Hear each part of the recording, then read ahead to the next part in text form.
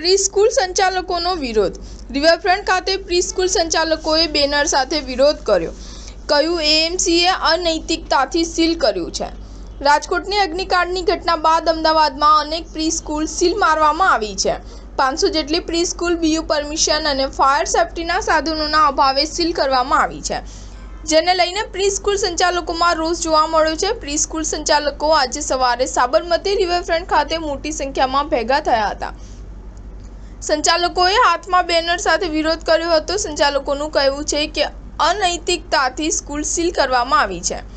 અમદાવાદમાં આવેલી પ્રી-સ્કૂલમાં 70% pre-school seal કરવામાં આવી છે। પ્રી-સ્કૂલ સીલ કરવાથી સ્કૂલ સંચાલકો રોષે ભરાયેલા જોવા મળી રહ્યા છે।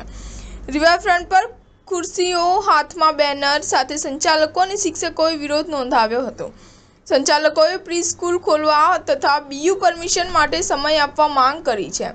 સંચાલકોનું કહેવું છે કે 500 જેટલી પ્રી-સ્કૂલ સીલ કરવામાં આવી છે, જેમાં 5000 કરતાં વધુ શિક્ષકો કામ કરે છે।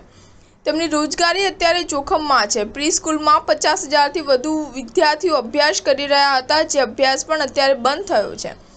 સ્કૂલ સીલ રહેશે તો વિદ્યાર્થીઓના ભવિષ્ય પર પણ સવાલ ઊભા થશે। બીયુ પરમિશન માટે સમય આપવો જોઈએ। ફાયર સેફ્ટીના નિયમોના પાલન સાથે સ્કૂલ શરૂ કરવા દેવી જોઈએ। સ્ટાર ન્યૂઝ 7 હંમેશા સચ્ચાઈની સાથે।